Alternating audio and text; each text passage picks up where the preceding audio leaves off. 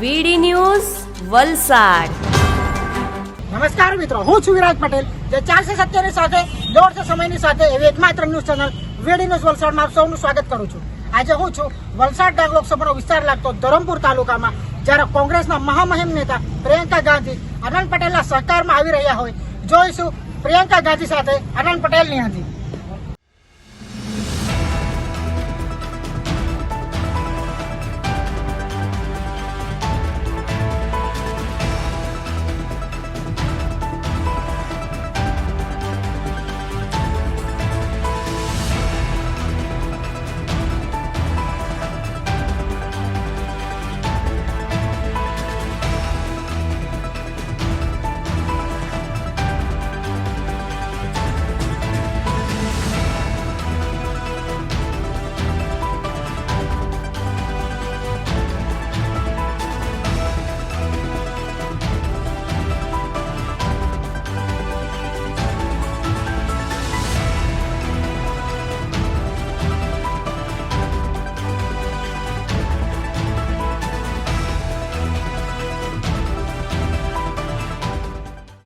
આપણા સન્માનીય પ્રમુખ ભાઈ શ્રી શક્તિસિંહ ગોહિલ એમની સાથે છે, એમને લઈને આવી રહ્યા છે। ત્યારે આ હકડેઠઠ ભીડમાં અમને અમારી છાતી ગદગદ ફૂલે છે કે આપ આટલી હજારોની સંખ્યામાં આ બળબડતા તાપમાં પ્રિયંકાજીને સાંભળવા અને કોંગ્રેસને સમર્થન આપવા પધાર્યા છો। આપ સૌનું ખૂબ ખૂબ સ્વાગત કરું છું। અને આપણી વચ્ચે આવશે પ્રિયંકાજી, તો માગે બોલો,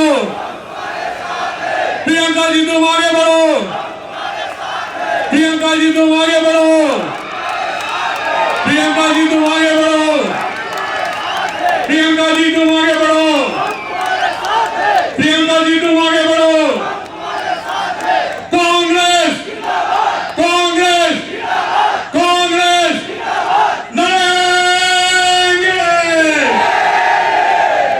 तीसरे नेता एक बार फिर धर्मपुर की पावन भूमि पे आए हैं और आप आशीर्वाद देने आए हैं। इससे पहले हमने 2 बार आदरणीय सोनिया जी की अगुवाई में उनका सम्मान स्वागत किया, दोनों बार हम जीते। उसके बाद राहुल जी यहाँ 2 बार आए। હવે હું વિનંતી કરીશ આપણા સૌના લોકલાડીલા ઉમેદવાર, આપણો જાબાઝ નેતા, નવયુવાન, નવા નેતૃત્વની નવી ઝાંખી એવો આપણો નરવીર ભાઈ આનંદ પટેલ ને કે તેઓ આવે અને આપણી વચ્ચે એનું સંબોધન કરે। બધા બેસી જાઓ, મહેરબાની કરીને બધાને વિનંતી કરું છું પોતાનું સ્થાન લઈ લો, બધા બેસી જાય।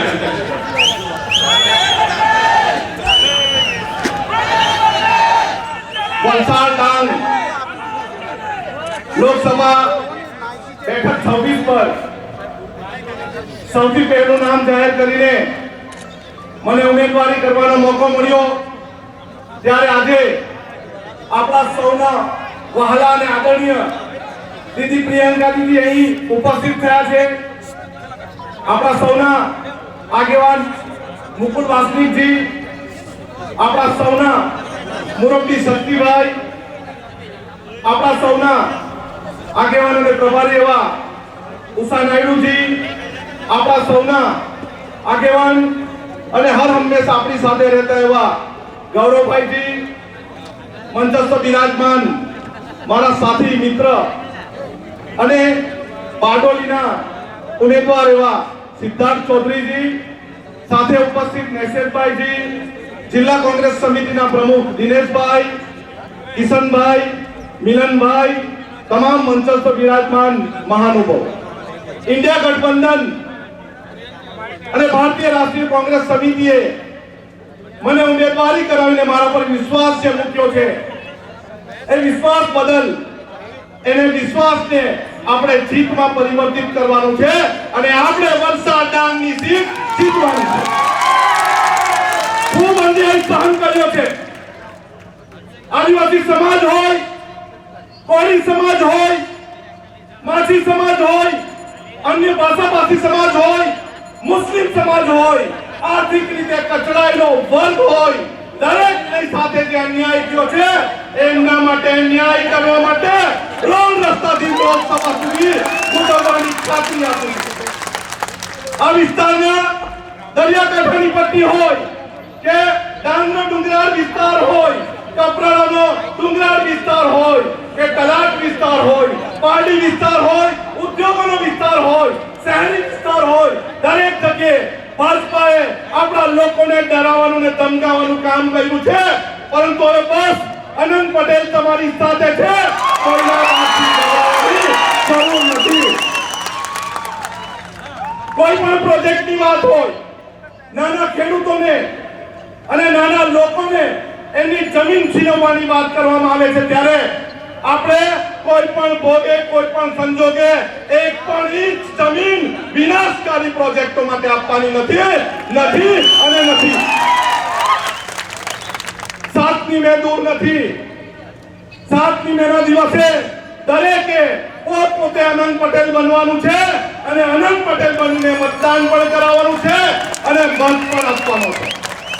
આપણે અહીં પ્રિયંકા દીદીને સાંભળાવ્યા છે એટલે બધું નથી કહેવાનું, પરંતુ એકવાર હું તમારા માટે લડ્યો છું, મેં તમારા માટે માથું ફોડાવ્યું છે, ત્યારે તમારે મારી માટે લડવાનું છે। લડશો ને? આજના દિવસ 10 દિવસ બાકી છે। 10 દિવસ તમે અનંત પટેલ માટે કરો, 1825 દિવસ તમારી વચ્ચે અનંત પટેલ રહેશે। સૌનો આભાર। સૌને લડેંગે और लड़ेंगे और लड़ेंगे। हमारे बीच में आया है, एक बार जोर से स्वागत करिए, तालियों की गड़गड़ाहट से अपने सम्मान्य मैं प्रियंका जी आपसे विनती करता हूँ कि आप आइए और हमें संबोधित करके आशीर्वाद दीजिए। आदरणीय प्रियंका गांधी जी, प्रियंका जी तुम आगे बढ़ो, प्रियंका जी तुम आगे बढ़ो। कांग्रेस कांग्रेस। नमस्कार। आज बहुत गर्मी है, हाँ? हमें यहाँ महसूस हो रही है, आपको तो बहुत महसूस हो रही होगी, कुछ समय से आप इंतजार कर रहे हैं। मैं आपकी आभारी हूँ कि इतनी गर्मी में भी आप मेरी बातों को सुनने आए। श्री मुकुल वासनिक जी, श्री शक्ति सिंह गोयल जी, श्री अनंत पटेल जी, श्री सिद्धार्थ चौधरी जी, श्री गौरव पांड्या जी, श्री निशाद देसाई जी, श्री दिनेश भाई पटेल जी, श्री किशन पटेल जी, श्री सिद्धार्थ पटेल जी, श्रीमती अमी याग्निक जी, श्रीमती उषा नायडू जी, मंच पर उपस्थित सभी नेतागण, सभी कांग्रेस के पदाधिकारी, कार्यकर्तागण का इस सभा में बहुत बहुत स्वागत। मेरे प्यारे भाइयों, मेरी प्यारी बहन, आप सबको नमस्कार, जय जोहार। और आपका भी इस सभा में बहुत बहुत स्वागत। ये आपका इलाका है, बहुत प्राकृतिक तौर पर बहुत सुंदर इलाका है। यहाँ किसान भाई, छोटे कारोबारी, आप सब की धरती है। एक बार मेरे साथ जोर से बोलिए, एक तीर एक कमान एक समान, एक तीर एक कमान, आदिवासी एक समान। देखिए, चुनाव का समय है और इस समय बहुत सारी बातें हो रही हैं मंचों पर, आपके सामने बहुत सारे नेता आ रहे हैं, अपनी अपनी बात रख रहे हैं। मैं भी इस बीच अपनी बात रखने आई हूँ। आप थोड़ा दूर बैठे हैं मेरे से, लेकिन दिल के बहुत करीब है। और करीब इसलिए है क्योंकि आप इस महान देश की जनता हो। आपने ही अपने पसीने से, अपने खून से इस देश को बनाया। आपने हमारे देश की धरती को सींचा है। और हर समय जब बड़े बड़े आंदोलन भी रहे, जब हमारा स्वतंत्रता आंदोलन रहा, तब भी आप लोग आगे आए, आप देश के लिए लड़े, आजादी के लिए लड़े, समानता के लिए लड़े। आज देखिए जो देश में परिस्थितियां हैं, मैं चाहती हूं कि दो तरह से आप इनको समझें। सबसे पहले तो जो आपकी अपनी परिस्थिति है, जो आपका अपना जीवन है, जो आपका अपना संघर्ष है, जो रोज सुबह से शाम को जिन समस्याओं का आप सामना करते हैं, जिस तरह से आप हर रोज आपके सामने एक तरह से एक लड़ाई होती है, क्योंकि महंगाई कितनी बढ़ गई है, बेरोजगारी कितनी बढ़ गई है, चाहे परिवार में कितने भी लोग कमाने निकले पूरा नहीं होता। जब त्योहार होता है, कुछ खरीदना पड़ता है, बच्चों की फीस भरनी पड़ती है, या कोई बीमार पड़ जाता है, उसका इलाज करना पड़ता है, तो मुश्किलें ही मुश्किलें लगती हैं सामने। और आजकल देश में जो आम आदमी है उसके लिए जीना ही बहुत मुश्किल हो गया है। हर स्तर पर परिस्थितियां ऐसी बन गई हैं कि जैसे आप खास तौर से अपने समाज को देखें तो आपकी एक जल जंगल जमीन की एक संस्कृति है।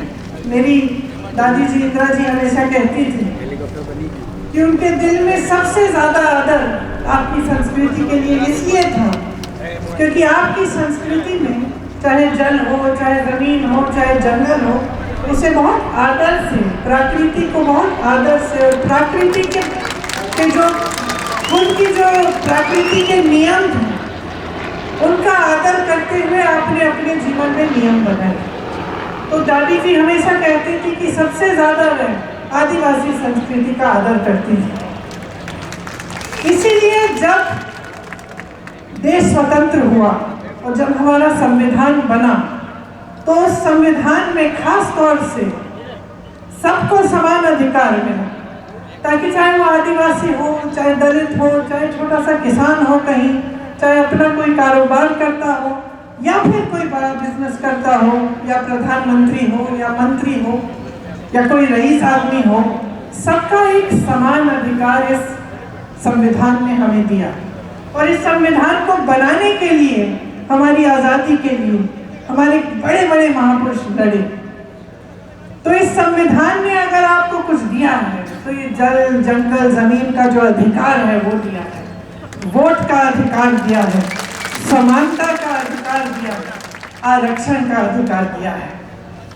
अब आप जानते ही हैं, आपने देखा होगा कि भाजपा के कई नेता, कई मंत्री, कई जो चुनाव के उम्मीदवार हैं, जगह जगह में जाकर कह रहे हैं कि वो संविधान को बदलना चाहते हैं। देखा है आपने, सुना है, टीवी पे देखा।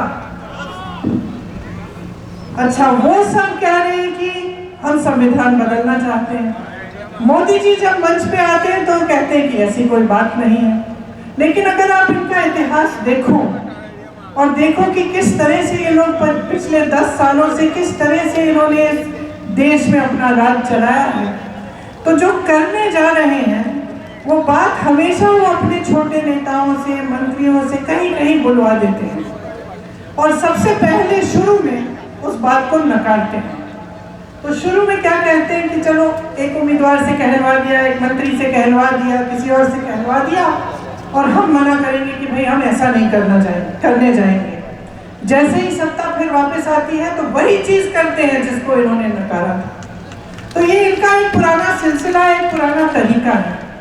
आज हमने देखा कि कितनी खतरनाक चीज कह रहे हैं कि इनके लोग कह रहे हैं कि संविधान को बदलेंगे। इस संविधान ने ही आपको अधिकार दिया, तो इसको बदलने का क्या मतलब है? इसको बदलने का एक ही मतलब है बहनों और भाइयों, कि ये लोकतंत्र को और भी दुर्बल बनाना चाहते हैं, कि इस देश की जनता को दुर्बल बनाना चाहते हैं। 10 सालों में उन्होंने ऐसा कोई काम नहीं किया जिससे हमारा लोकतंत्र, जिससे आपके अधिकार, चाहे आदिवासियों के अधिकार हो, चाहे दलितों के अधिकार हो, चाहे किसी आम जनता के अधिकार हो, उनको मजबूत करने का काम नहीं किया है, सिर्फ उनको कमजोर करने का काम किया है।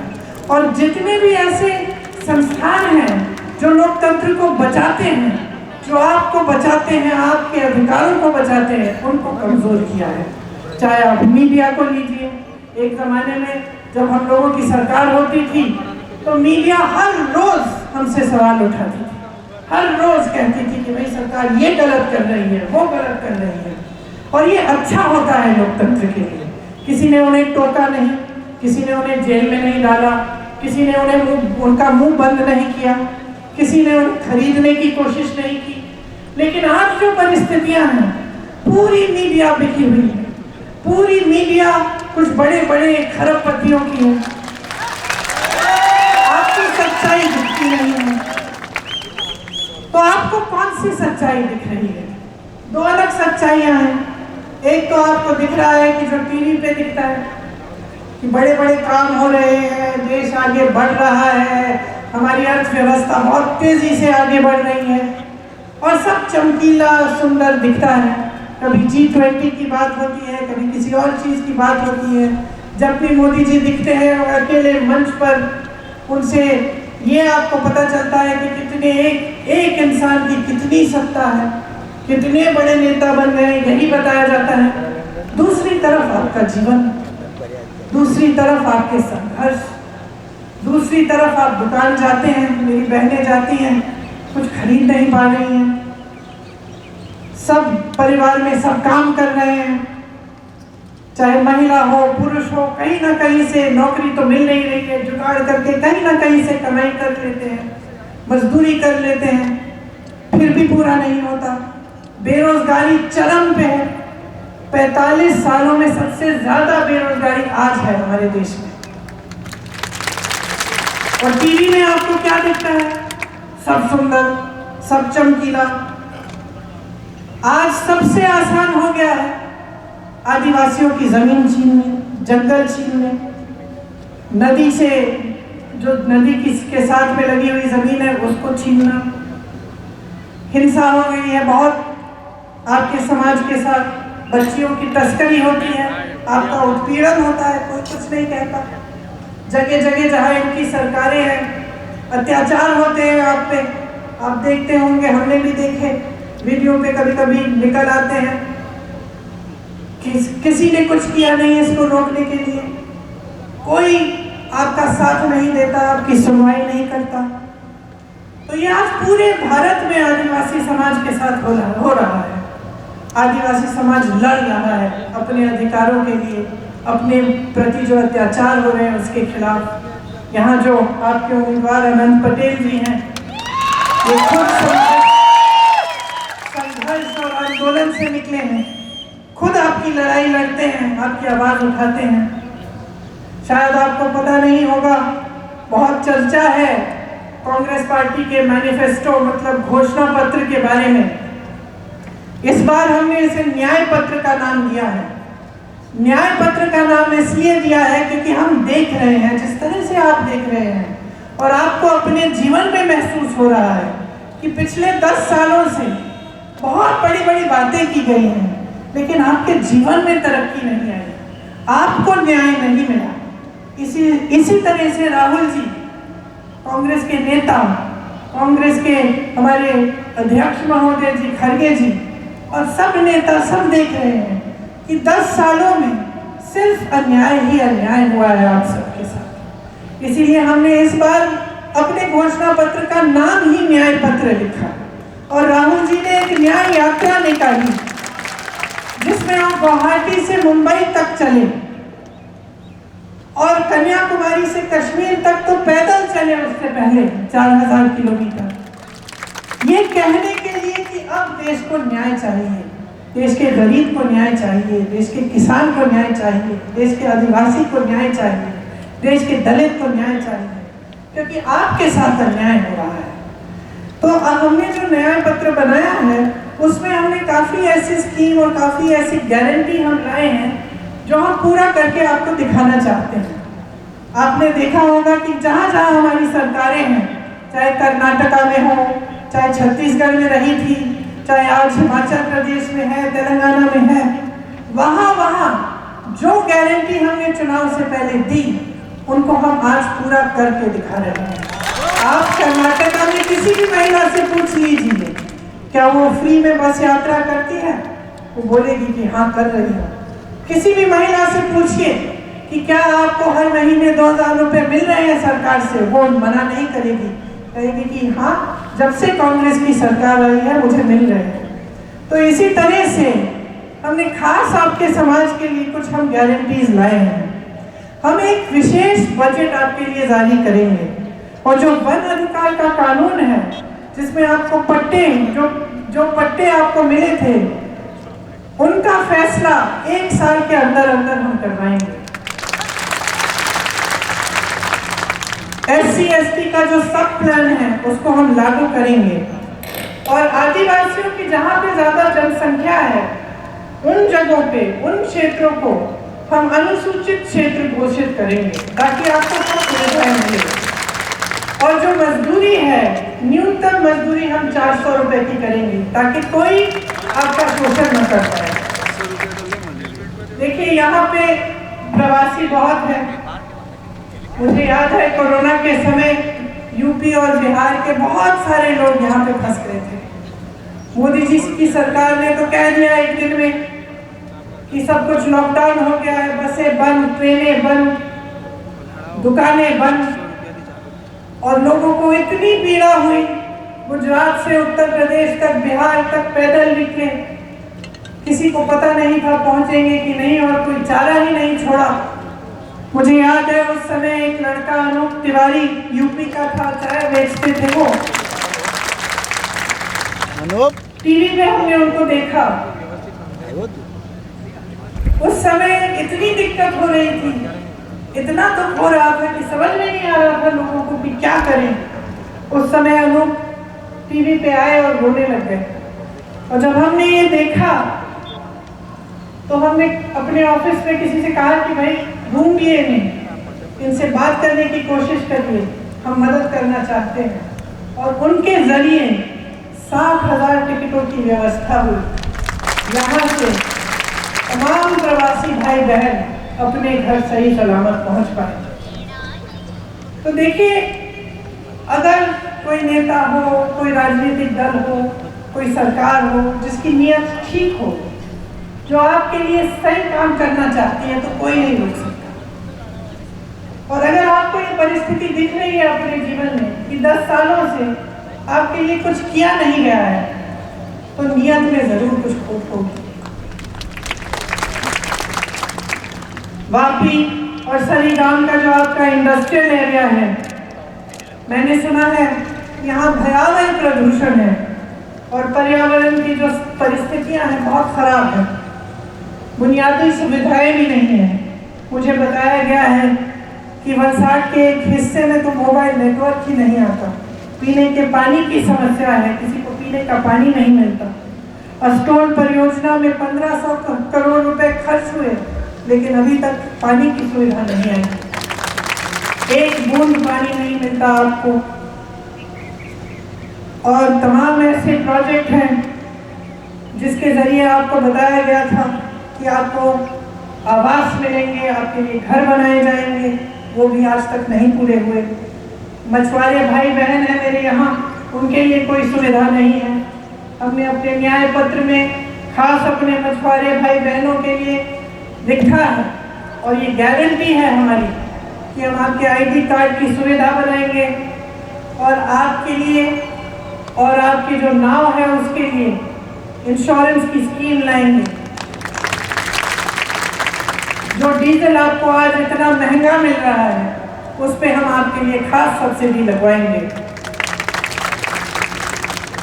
देखिए, इस ऐतिहासिक बेरोजगारी को दूर करने के लिए हमारी गारंटी है कि जितने सरकारी पद केंद्र में खाली पड़े हैं और आज 30 लाख खाली पड़े हैं, उन सबको भरा जाएगा। 5,000 करोड़ रुपए का एक फंड बनेगा ताकि जो नौजवान है, अगर वो छोटा सा अपना कारोबार शुरू करना चाहता है तो उसके लिए सुविधा होगी।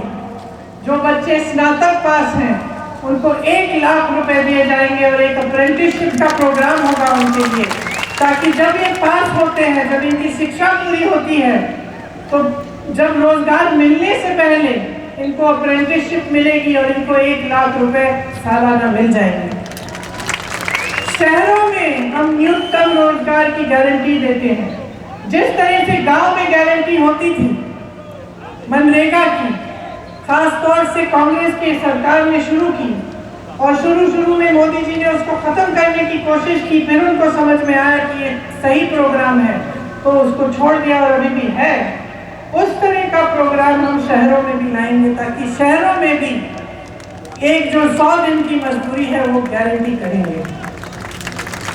आज यहाँ आपके क्षेत्र में कॉन्ट्रैक्ट पर नौकरी ज्यादा है, सच बात है।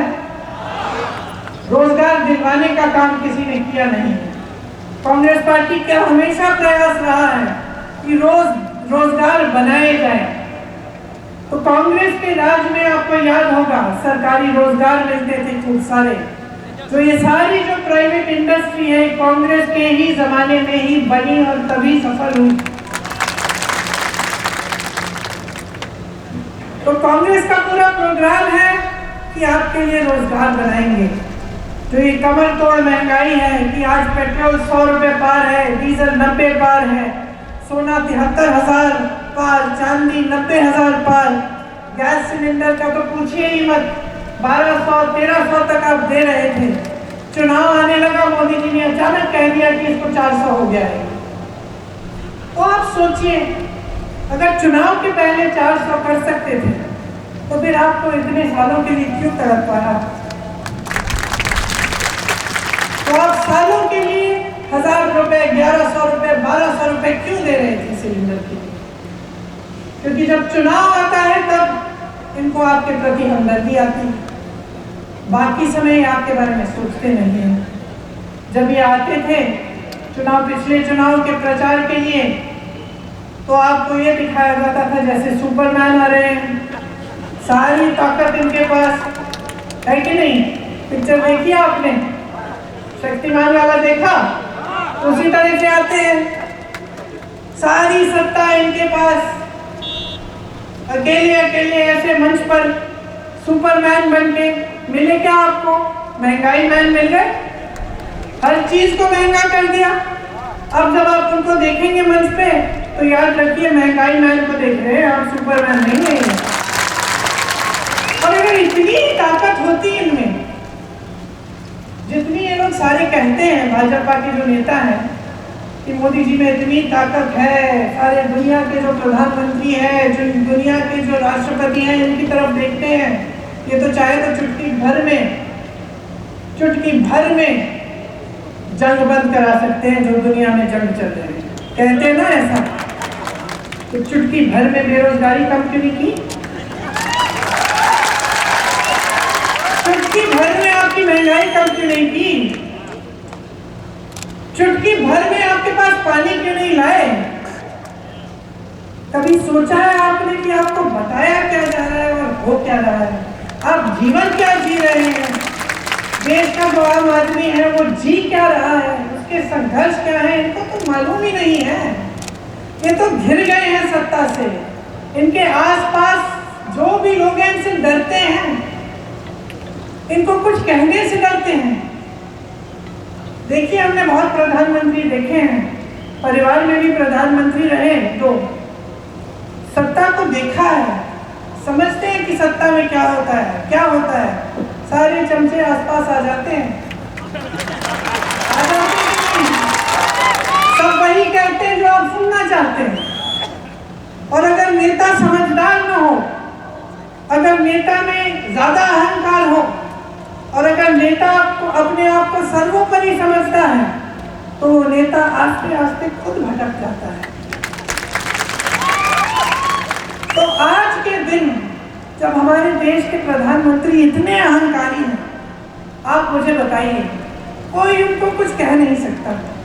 उनको कैसे मालूम होगा कि आपकी परिस्थितियां क्या हैं? आपके बीच तो आते नहीं हैं। आपको याद है इंदिरा जी आती थी, राजीव जी आते थे, मैं खुद उनके पीछे पीछे जाती थी, बच्ची थी, गांव में डांट खाते थे।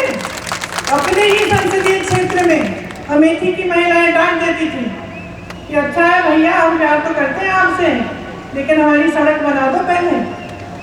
और वो नाराज नहीं होते थे, कभी नाराज नहीं होते थे, प्यार से बोलते थे कि बहन कर दूंगा, मैंने इसका ऑर्डर दे दिया है, कुछ समय तो दे दो मुझे, हो जाएगा। ये थी हमारी परंपरा, और ये हमारी पुरानी परंपरा है देश की। इंदिरा जी तो कितना आई, मैं छोटे से छोटे आदिवासी गांव में जाती हूँ, छोटे से छोटे घर में मुझे महिला मिलती है, बूढ़ी सी, बताती है कि मैंने आपके लिए, आपकी दादी जी के लिए मैंने खीर बनाई थी। और मुझे खुद ताज्जुब होता है कि दादी जी उस जमाने पे पहुंची कैसे। हम तो हेलीकॉप्टर लेके, फिर गाड़ी में जाके, फिर कैसे पहुंचे वहाँ। वो कैसे आती थी जब वो साधन ही नहीं थे उस समय इतने, लेकिन वो पहुंचती थी, क्योंकि यही हमारे देश की परंपरा रही है, अहंकार की परंपरा नहीं रही है। हमारे देश की जो परंपरा है महात्मा गांधी जी से लेकर सारे नेताओं की, वो यही रही है कि जनता सर्वोपरि है, कि इस देश का किसान सर्वोपरि है। आज किसान को देखिए, आंदोलन करता है, दिल्ली आकर लाखों किसान बैठते हैं सर्दी में, उनकी बिजली काटी जाती है, पानी काटा जाता है, मोदी जी घर से नहीं निकलते, पूछते नहीं हैं। 600 किसान शहीद हो जाते हैं। कुछ किसानों को एक भाजपा का मंत्री कुचल देता है अपनी जीप के नीचे, मोदी जी फिर भी कुछ नहीं कहते हैं, सुनवाई ही नहीं होती। वो कानून तब बदले जाते हैं, तब वापस लिए जाते हैं जब चुनाव आने लगता है। 10,000 रुपए के लिए, 50,000 रुपए के लिए, 1 लाख रुपए के लिए। और मोदी जी के खरबपति मित्र, उनके लिए मोदी जी ने 16 लाख करोड़ रुपए माफ कर दिए। 16 लाख करोड़ रुपए का कर्ज उनका माफ, और किसानों के लिए 1 रुपया कर्ज माफ नहीं किया। कैसी सरकार चल रही है देश में? अपने आप से पूछो। कोई ये नहीं कहता कि उद्योगपतियों को आगे मत बढ़ाओ, बढ़ना चाहिए, रोजगार मिलेगा, चलो आगे बढ़े। लेकिन कभी पहले इस पूरे देश के इतिहास में ऐसा हुआ है कि 5-6 उद्योगपतियों को सारी देश की संपत्ति पकड़ा दी? देश के बैंक, देश का पैसा, 16 लाख करोड़ रुपए उनको माफ। 15,000 करोड़ का गन्ने का बकाया होता था यूपी के किसानों का कोविड से पहले, 15,000, जबकि अच्छा खासा संसद। तो सोचिए सरकार सोच क्या रही है, इसकी नीयत क्या है, किसके लिए चल रही है? इस देश के गरीब के लिए चल रही है, इस देश के मिडिल क्लास के लिए चल रही है, इस देश के अधिकारी के लिए चल रही है जो पेंशन मांग के थक गया। कांग्रेस की जहां प्रदेश की सरकार है वहां आज ओपीएस लागू है, भाजपा की सरकारों में लागू ही नहीं है। अधिकारी घबरा रहे हैं, कह रहे हम नौकरी के लिए जब गए थे तो हमें ये आश्वासन था कि रिटायर होंगे तो हमें पेंशन मिलेगा, कि हमारा जीवन अब सुरक्षित है। आज परिस्थितियां क्या है पता नहीं कि पेंशन के पैसे कहाँ जा रहे हैं, किसमें डाले जा रहे हैं, घबराहट होती है। तो हर स्तर पे आप देखिए, चाहे किसान के साथ, चाहे आदिवासी के साथ, चाहे दलित के साथ, चाहे महिलाओं के साथ, हर स्तर पे झूठ का बोलबाला है। बस हम ये करेंगे, हम वो करेंगे। दिखती ना जमीन पे तो आपके जीवन में तरक्की आती। वहाँ 16 लाख करोड़ रुपए देश के दे दिए, संपत्ति दे दी, बंदरगाह दे दिए, हवाई अड्डे दे दिए। यहाँ क्या दिया? 5 किलो राशन का बोरा। और इस 5 किलो राशन के बोरे पे कहते हैं कि आपका भविष्य बनेगा। किसने दे दी इनको ऐसी हिम्मत?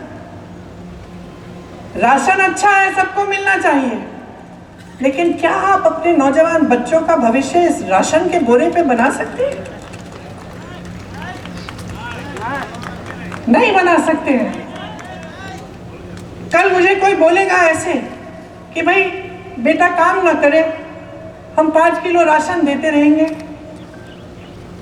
लड़ पड़ूंगी मैं, क्योंकि हम सब चाहते हैं कि हमारे बच्चे बड़े हों, काम करें, रोजगार करें, कमाई करें, भविष्य उनका उज्जवल रहे। आज कुछ काम करें, कल प्रमोट होकर कुछ और करें, कुछ बड़ा करके दिखाएं। और हमारे देश की सरकार में हमारे सबसे बड़े जो प्रधानमंत्री जी हैं, जिनके पास इतनी सत्ता है, उन्होंने ये कह दिया कि बस 5 किलो राशन लो, चुप रहो, और कोई अधिकार नहीं है तुम्हारा, तुम्हारे लिए और कुछ नहीं है, सब अडानी जी, अंबानी जी और मेरे सारे दोस्तों के लिए, आपके लिए नहीं है। ये है आज की परिस्थिति।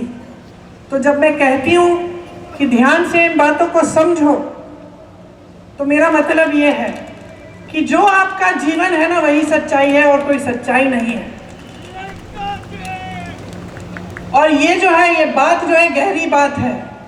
ये हिंदू धर्म की पुरानी परंपरा है। जितने भी संत महात्मा रहे वो सब ऐसा यही कहते थे, अपनी सच्चाई देखो, अपने अनुभव पर उतरो। मैं कोई संत महात्मा नहीं हूँ, लेकिन यहाँ खड़े होकर एक जिम्मेदारी तो महसूस करती हूँ आपके प्रति। मेरे परिवार के सदस्यों ने अपना जीवन दिया इस देश के लिए। आपके पूर्वजों ने स्वतंत्रता आंदोलन में अपना खून पसीना बहाया। एक जिम्मेदारी है हमारी आपके प्रति और आपकी अपने देश के प्रति कि हम सच्चाई को पहचाने। तो जैसे मैंने कहा, सच्चाई वही है जो आप जी रहे हैं। अगर आपके जीवन में 10 सालों से तरक्की नहीं आई, तो मोदी जी यहाँ खड़े होके कुछ भी कह लें, मैं आपको गारंटी करके कह सकती हूँ, अगर आप फिर से इनको लाएंगे, 5 साल और कुछ नहीं होगा आपके जीवन में, कोई तरक्की नहीं आएगी। वहीं के वहीं रहेंगे आप, वही 5 किलो राशन, कोई रोजगार नहीं, महंगाई कम नहीं होगी, चुनाव खत्म होगा, वही 400 का सिलेंडर 1200 पे वापस आ जाएगा। क्योंकि सच्चाई यही है। हम किसानों के लिए काम करना चाहते हैं। हमने कह दिया है कि जो भी खेती का सामान है उस पे जीएसटी नहीं होगी, मुक्त हो जाएगा, जीएसटी से मुक्त हो जाएगा। हमने कहा है कि आपके कर्ज माफ करने के लिए एक स्थायी आयोग बनेगा, ताकि जब जब आप कर्ज में होंगे तो कोई सरकारी ऑर्डर की जरूरत नहीं होगी, आप उस आयोग में जा पाएंगे, कहेंगे कि ये मेरा इतना कर्ज है और आपकी मदद होगी। हम कह रहे हैं कि किसानों के लिए और सब लोगों के लिए हम स्वास्थ्य बीमा लाएंगे 25 लाख की, जिससे स्वास्थ्य की जो सुविधाएं हैं आपको 25 लाख तक सारी सुविधाएं मुफ्त मिलेंगी।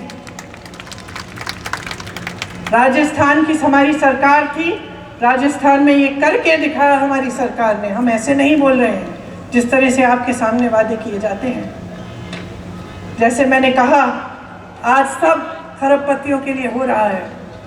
इस बीच मोदी जी क्या कर रहे हैं? लोकतंत्र को कमजोर कर रहे हैं हर स्तर पर। जैसे मैंने पहले कहा, आपके अधिकारों को कमजोर कर रहे हैं और विपक्ष पर एक भयानक हमला कर रहे हैं। कह रहे हैं कि विपक्ष के जो जितने भी नेता हैं सब भ्रष्ट हैं, सिर्फ मोदी जी ही ईमानदार और पाक हैं बस। कांग्रेस पार्टी के तो बैंक के खाते बंद करा दिए इन्होंने, 2 मुख्यमंत्री जेल में डाल दिए, संसद से मेरे भाई को बाहर तो निकाल ही दिया था, उनके साथ साथ 150 तक के तकरीबन सांसद निकाल दिए, इस सेशन में बाहर निकाल दिए। इनके पास अपार धन है, इकट्ठा कर लिया है इन्होंने, अच्छी अच्छी स्कीमें ये लाए भ्रष्टाचार करने की, उसके बारे में आपको बताऊंगी। अपार धन इकट्ठा कर लिया है, अपार मीडिया का साथ है और अपार सत्ता है। तो मैं चाहती हूं कि आप पहचानिए कि आज देश में एक तरफ ये अपार मीडिया, ये अपार सत्ता, ये अपार धन, और दूसरी तरफ सत्य की लड़ाई है, दूसरी तरफ सच्चाई है, दूसरी तरफ हम सब लड़ रहे हैं आपके लिए कि आप कमजोर ना हो और आपका लोकतंत्र बना रहे, ताकि आपके अधिकार इस देश में हमेशा बने रहे और मजबूत रहे। इन्होंने भ्रष्टाचार की एक बहुत बढ़िया स्कीम निकाली कि जो भी चंदा देगा उसका नाम गुप्त रहेगा। तो बड़े बड़े उद्योगपतियों ने इनको चंदा दिया, सबको चंदा दिया, ये नाम गुप्त रहे। सुप्रीम कोर्ट में केस लग गया, सुप्रीम कोर्ट में जजों ने कहा कि ये सब गलत है, ये सूची आप जारी करो, सार्वजनिक करो, इसको सबको दिखना चाहिए कि किसने कितना दिया और किसको दिया है। तो सब सच्चाई बाहर निकल आई।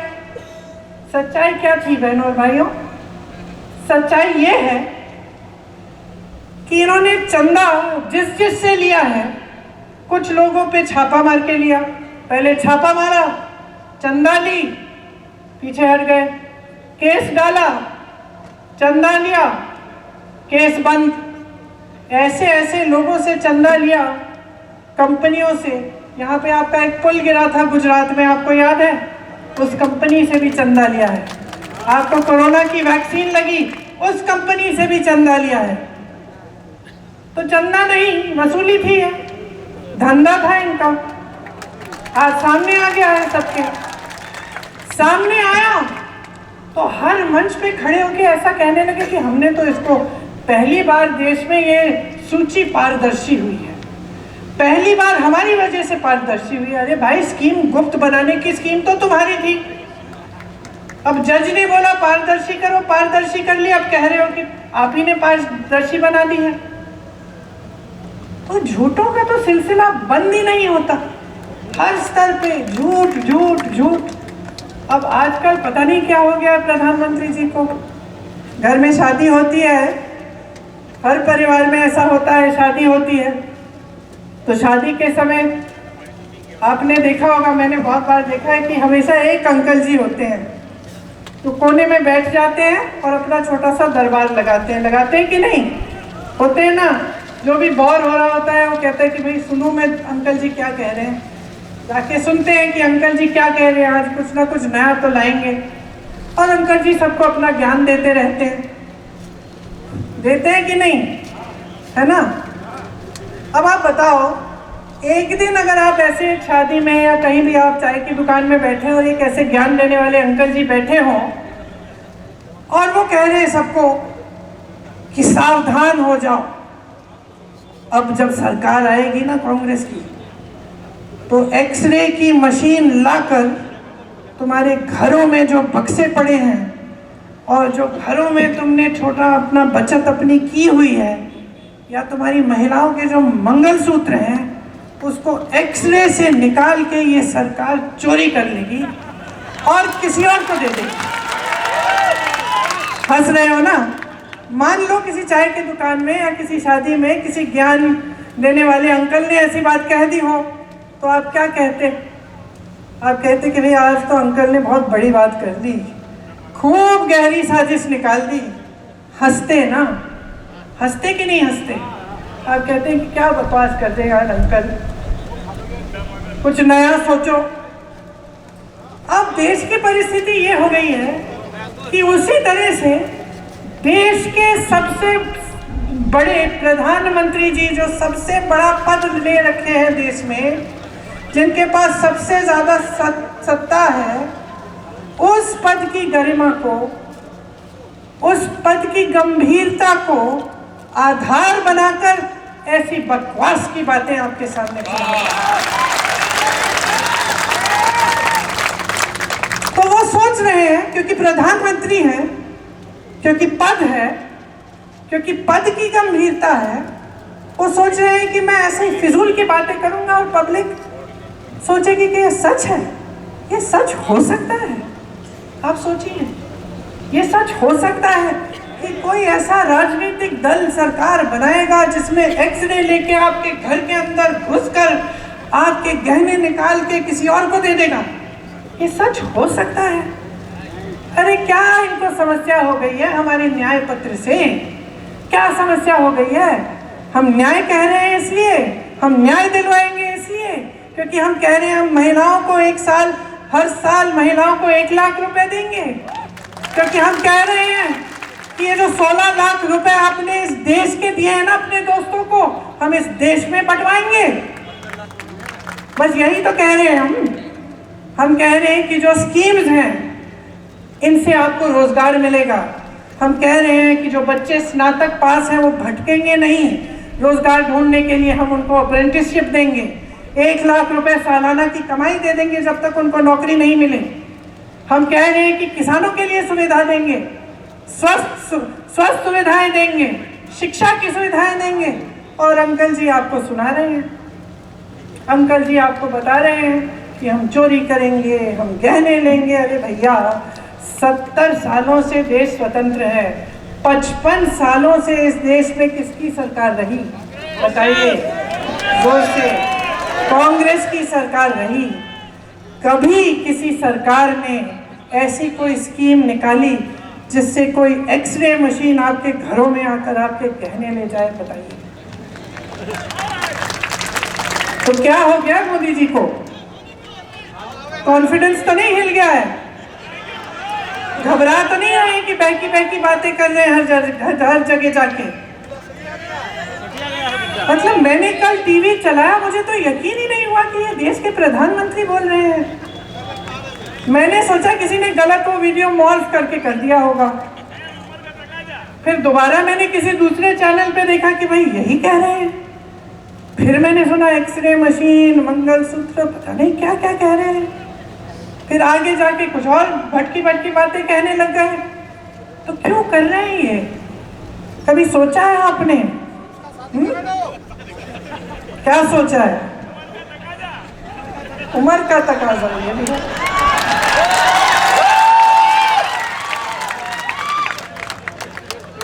कभी आपने सोचा है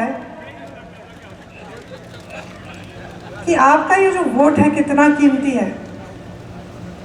कितना कीमती है? इससे 5 सालों का भविष्य बनने जा रहा है। इससे आप तय कर रहे हो कि अगले 5 सालों में गैस सिलेंडर कितने का मिलेगा। इससे आप तय कर रहे हो कि कोई जब दुकान जाओगे कि कुछ खरीद पाओगे कि नहीं।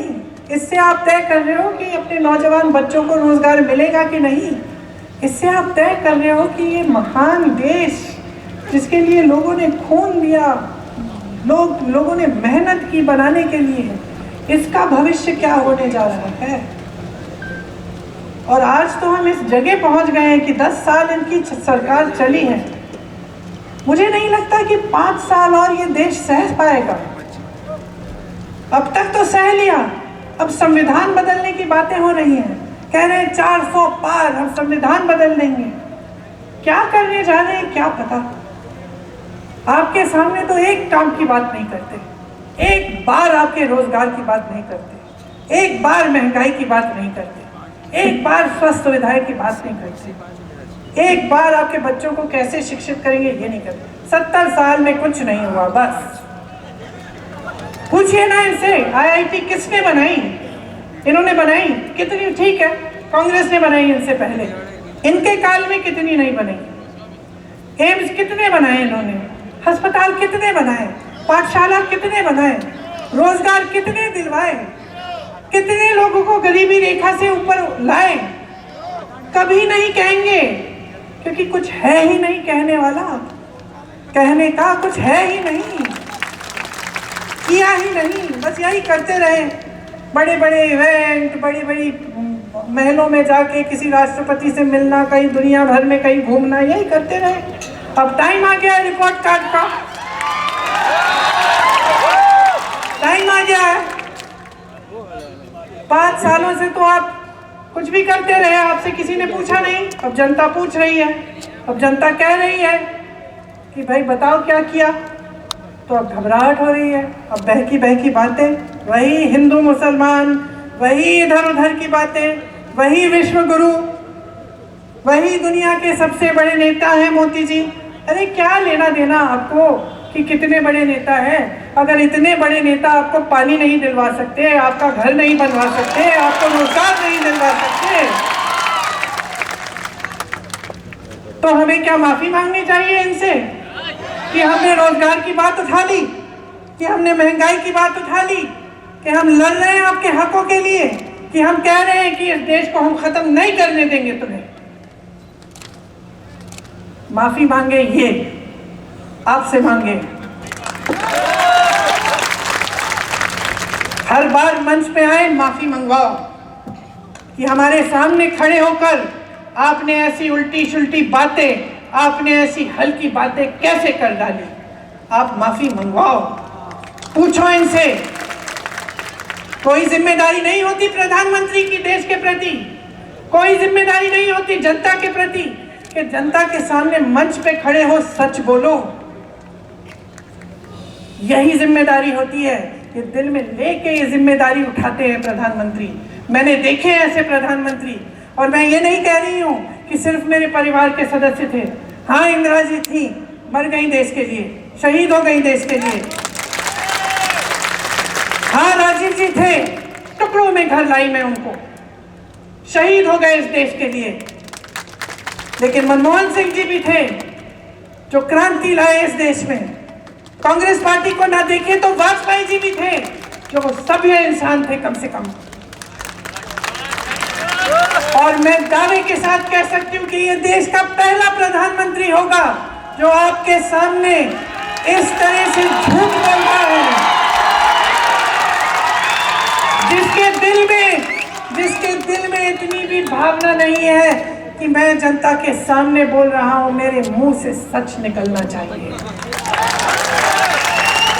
इन्होंने कितनी गाली दी हमारे परिवार को, इससे हमें कोई परवाह नहीं है। किसी को नहीं छोड़ा, माँ को नहीं छोड़ा, पिता को नहीं छोड़ा, दादी को नहीं छोड़ा, दादा को नहीं छोड़ा, परदादा को नहीं छोड़ा, भाई को नहीं छोड़ा, पति को नहीं छोड़ा, कोई बात नहीं करते रहे। 56 इंच का इनका सीना नहीं है, इनका सीना नहीं है, लोहे के सीने हैं हमारे। करते रहे, लेकिन देश के सामने इस तरह के झूठ बोलना, इस स्तर पे आना देश के सामने कि कोई राजनीतिक दल आके एक्सरे लेकर आपके घर में घुस के, मतलब मजाक की बात है। तो मैं सिर्फ एक आग्रह करने आई हूं आपसे कि इस बार जो आपका वोट है ना, तो किसी नेता के पक्ष में नहीं, किसी पार्टी के पक्ष में नहीं, ये वोट आपका वोट है। अपने देश को दो, इंडिया को दो। गठबंधन का नाम भी इंडिया है, लेकिन आप सोचिए, ये आपका देश है, ये आपका देश है। अपने देश को अपने दिल में रखो, समझो कि आज वो पल आ गया है कि आपको अपने आगे देखना है, सिर्फ अपना नहीं, सिर्फ अपने परिवार का नहीं, अपने गांव का नहीं, अपने घर का नहीं, अपने शहर का नहीं, अपने प्रदेश का नहीं, अब अपने देश के बारे में सोचो। ये देश है, देश ने जीवन दिया है, देश ने सब कुछ दिया है आपको और हमको। ये जो वोट है इतना कीमती है, इसको व्यर्थ मत करो, व्यर्थ मत करो। ऐसी फिजूल की बातों पे अपना वोट मत दो। वोट अपना है, अपने काम पे दो, रोजगार पे दो। महंगाई बढ़ रही है, उसको कम करने के लिए दो। महिलाओं की सुरक्षा के लिए दो, महिलाएं अपने पैरों पे खड़े हों उसके लिए दो। आदिवासियों के लिए क्या करेगी सरकार, उसके लिए दो। दलितों के लिए क्या करेगी सरकार, उसके लिए दो। ये वोट देश की जनता के लिए जाना चाहिए। गलतफहमी में मत होना, गलतफहमी में मत होना। सब आपके हाथों में है, किसी एक नेता के हाथ में नहीं है, सब आपके हाथों में है। इस बात को समझिए, अपनी शक्ति को पहचानिए और इस चुनाव में ऐसा वोट दीजिए कि इस देश में जो सरकार है वो बदल जाए और आपका भविष्य उसके साथ बदल जाए। बहुत लंबी बातें कर ली मैंने धूप में।